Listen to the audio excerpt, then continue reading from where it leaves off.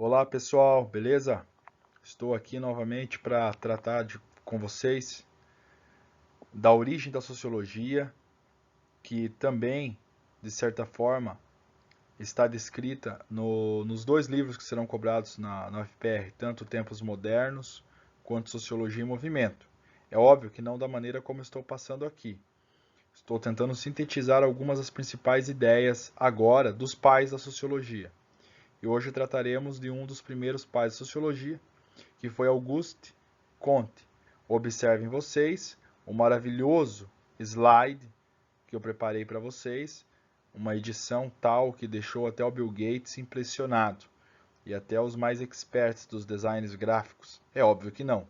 Bom, mas o mais importante aqui é a informação e o que pode cair no vestibular aí sobre Auguste Comte. Sem dúvida alguma é alguma coisa referente ao movimento que ele ajudou a desenvolver, que foi o positivismo, tá? É importante porque foi um dos primeiros intérpretes da sociedade de uma forma sociológica no século XIX, por isso ele é considerado um dos pais da sociologia. E segundo, porque o positivismo influenciou muito mais movimentos, mudanças políticas do que nós possamos imaginar. Ele está presente, de certa forma, enquanto área de influência filosófica até hoje. Bom, positivismo vem de científico, concreto, exato, ou seja, é um objetivo. O estado positivo ou estágio positivo, que é o que eu vou tentar explicar para vocês a partir de agora. Bom, Auguste Comte, assim como Emile Durkheim, Karl Marx, Herbert Spencer, aqueles que são considerados os pais da sociologia, Max Weber, enfim, século XIX, início do século XX, eles tentaram explicar as mudanças que acontecem na sociedade, tá? Influenciado pelo evolucionismo biológico, todas as transformações da ciência que estavam acontecendo, também pelas contribuições do iluminismo, todo aquele movimento que rompeu com a tradição ou que sobrou de tradição medieval, digamos assim, até aquele momento na França, e por assim dizer, até porque Auguste Comte era francês, toda a influência da Revolução Francesa e assim por diante, foram importantes na formação intelectual, política, social de Auguste Comte. E ele, então, tentou interpretar as mudanças sociais da seguinte forma. Para ele, as sociedades, ou uma sociedade específica, passa necessariamente por um estado teológico. No estado teológico, a predominância é a predominância da religião. Observe aqui a minha escrita maravilhosa, uma grafia perfeita, ok? Ou seja, a interpretação da realidade é pautada do ponto de vista religioso. Ou seja, tudo se explica através da religiosidade. A origem das coisas, o funcionamento de todas as coisas, ok? A ordem social e assim por diante. Ou seja, o mito religioso é necessário para explicar a vida, seu desenvolvimento, como resolver os problemas dessa mesma vida. Seria um estado mais primitivo para Auguste Comte que as sociedades passam. O segundo estágio, isso depende de sociedade para sociedade, algumas podem ser que tenham esse estado mais rápido, em outras esse estado pode chegar com mais lentidão, seria o estado metafísico, ou seja, onde as sociedades que passassem por esse estado ou estágio, tá? Vocês podem encontrar também a expressão estágio, estaria vivendo aquela fase chamada também de fase filosófica, aonde a filosofia, ok, em suas mais diversas correntes, passaria a ser predominante na explicação da realidade. Metafísico por quê? Não é mais uma explicação da realidade por vias religiosas, que os homens recorrem para dar conta da interpretação e da sua vida, ok? Mas ainda não é puramente científico. Ou seja, a filosofia seria uma transição da religião para o último estado, o estado positivo. Bom, podemos ver isso, por exemplo, na Grécia Antiga, né? Onde os pré-socráticos, depois Sócrates, Platão, Aristóteles, romperam com aquele monopólio da interpretação dos mitos, muitas vezes, para explicar o desenvolvimento da natureza e também o comportamento humano. Segundo Auguste Comte, isso é importante, interessante, mas não seria o suficiente, pois o último estágio, ou último estado, seria o mais importante de todos. O estado aonde a ciência, tá? A ciência, observe minha letra maravilhosa aqui, ó, seria a mais importante ferramenta para explicação da origem de todas as coisas, explicação para a manutenção e sustentação da realidade e também para dar cabo, para resolver os problemas que o homem enfrenta no dia a dia, na sua vida biológica, social, enfim, existencial e assim por diante. Ou seja, tudo o que o homem fosse fazer, experimentar, deveria se passar pelo crivo da ciência, da experimentação, da repetição. Bom, vocês podem estar se perguntando, tá, mas isso é o positivismo? E por que o positivismo é tratado bastante em política, por exemplo? Porque você veja, Auguste Comte acreditava que, ao chegar nesse estágio, onde a ciência seria soberana, ok? Seria a rainha da explicação para a existência humana, também a política deveria ser exercida por técnicos, tá? Por pessoas que fossem gabaritadas pela experimentação científica para ocupar os cargos determinados. O que isso aqui tem a ver com política? Tudo. Porque cada vez mais os políticos, ou alguns políticos, melhor dizendo, começaram a ser influenciados por Auguste Comte a fazer críticas à velha forma de fazer política tradicional, pautada na legitimação religiosa ou em ideologias que não eram religiosas, mas eram extremamente ainda contrárias ou, de certa forma, ainda não contribuíam para o desenvolvimento científico e técnico. Ok? Então, um bom governo deveria ser um governo técnico, um governo formado, inclusive, por cientistas. Tá? Por esse motivo, algumas mudanças políticas, como no Brasil, por exemplo, a mudança do Brasil imperial para o Brasil republicano foi muito influenciada, essa mudança, pelo positivismo.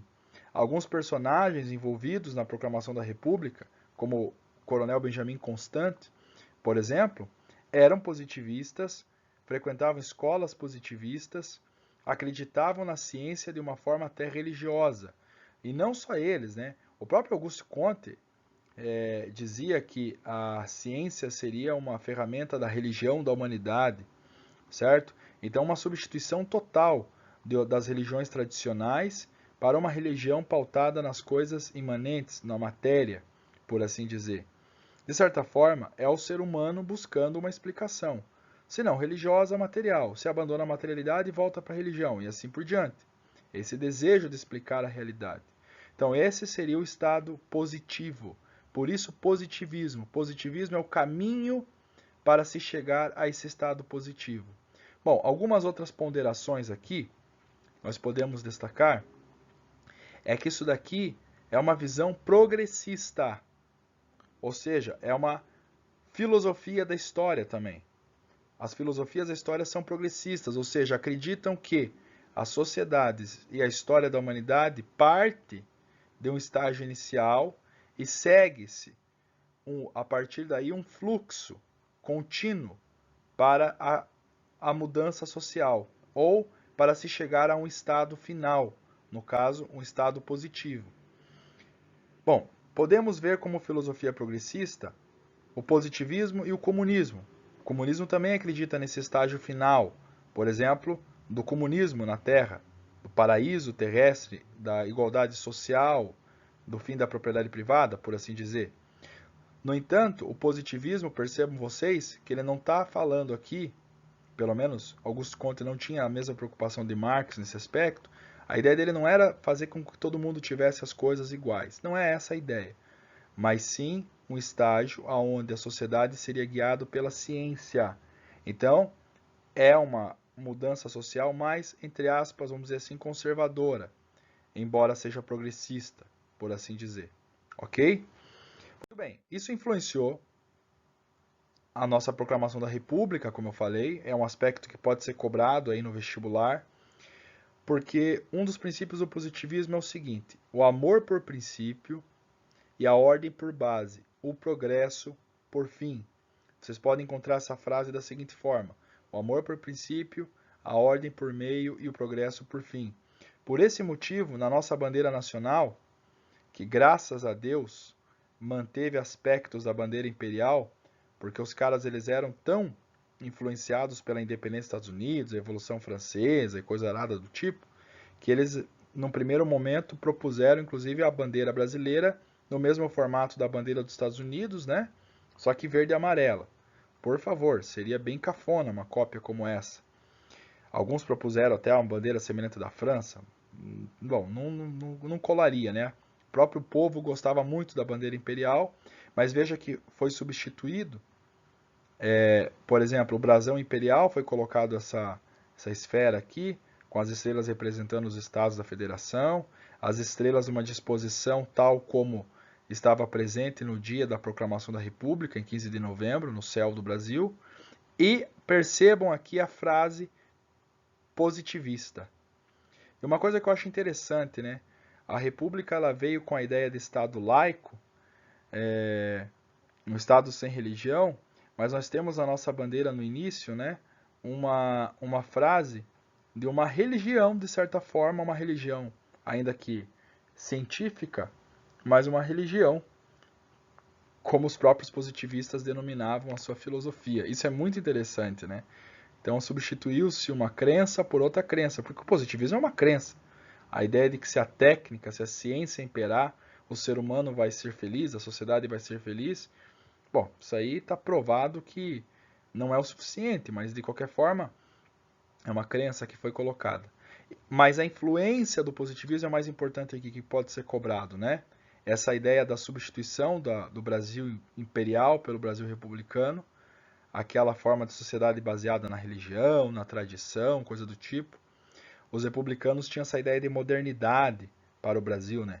De trazer o progresso, trazer as virtudes da ciência, da tecnologia, da urbanização, coisa do tipo. Embora, no final do Brasil Imperial, o Brasil já estivesse seguindo esse caminho, sem apelar para o positivismo, de certa forma. Mas os republicanos foram muito influenciados e, por isso, na nossa bandeira nós temos aí a expressão ordem e progresso. Beleza? Galera, eu creio que isso é um aspecto muito importante da filosofia do Auguste Comte que não pode deixar passar. Como eu falei, é impossível tratar os 2 livros inteiros, é impossível tratar toda a filosofia do Auguste Comte, eu não tenho nem gabarito para isso, estou longe disso, mas esse básico é importante saber. Muito bem, como eu não deixo passar, eu quero deixar uma pequena reflexão aqui, que está presente num livro da Bíblia Sagrada, um versículo do Salmo 20, que diz assim: uns confiam em carros, outros em cavalos, mas nós faremos menção do nome do Senhor nosso Deus. Isso aqui é muito interessante porque o rei Davi diz o seguinte aqui: se você não crê em Deus, inevitavelmente você crê em outras coisas. Carros de guerra, no caso, na época eram os carros utilizados nas batalhas, e cavalos eram símbolos de poder e de força humana para vencer batalhas. Sabemos que Israel muitas vezes não tinha esses equipamentos, e muitos soldados do povo hebreu tinham medo de ir para a guerra, porque viam seus adversários com toda essa parafernália, essa tecnologia militar da época. Mas Davi está querendo dizer aqui o seguinte: bom, alguns vão escolher crer nisso, nós continuaremos crendo no Deus Todo-Poderoso, Senhor de todas as coisas. É o que eu creio, tá, pessoal? Não estou falando para vocês são obrigados a crer nisso aqui, só que eu não deixo de falar, porque aqui é o espaço que eu posso. Às vezes em sala de aula eu não posso falar isso, mas aqui eu posso e que se lasque estou falando. Bom, o que eu quero dizer é o seguinte, galera. Como disse Gilbert K. Chesterton, se você não crê em Deus, você vai crer em qualquer coisa. Muitos creem em si mesmo. Auguste Comte cria na ciência. Muitos creem em si mesmo. Creem na sua força, no seu braço. E muitas vezes percebem que isso não é suficiente. Não traz respostas para tudo, traz frustração, decepção, depressão, cansaço. Então muitos deixam de crer em Deus, pois dizem que Deus não me responde, Deus não é o ser que eu pensava ser. Então eu vou acreditar em mim mesmo. Mas aí também não consegue se sustentar, não consegue se dar conta da sua existência. Mas, se você voltar para Deus, eu creio que Ele vai voltar para você. Ore a Ele, busque a Ele, talvez como você nunca fez. Se você deixou de crer nele e passou a crer em outras coisas, volte para Ele. Faça uma oração sincera. Não consigo crer no Senhor, não consigo crer em você. Você me decepcionou. Seja franco com Deus. Mas fale para Deus também de forma sincera. Se você ainda me ama, fale comigo, converse comigo, me mostre um conforto, um consolo que eu estou precisando. Eu creio que Ele vai te mostrar. Fiquem na paz, fiquem todos com Deus. Muito obrigado pela atenção, espero poder ter colaborado. Abração para vocês, pessoal. Fiquem na paz.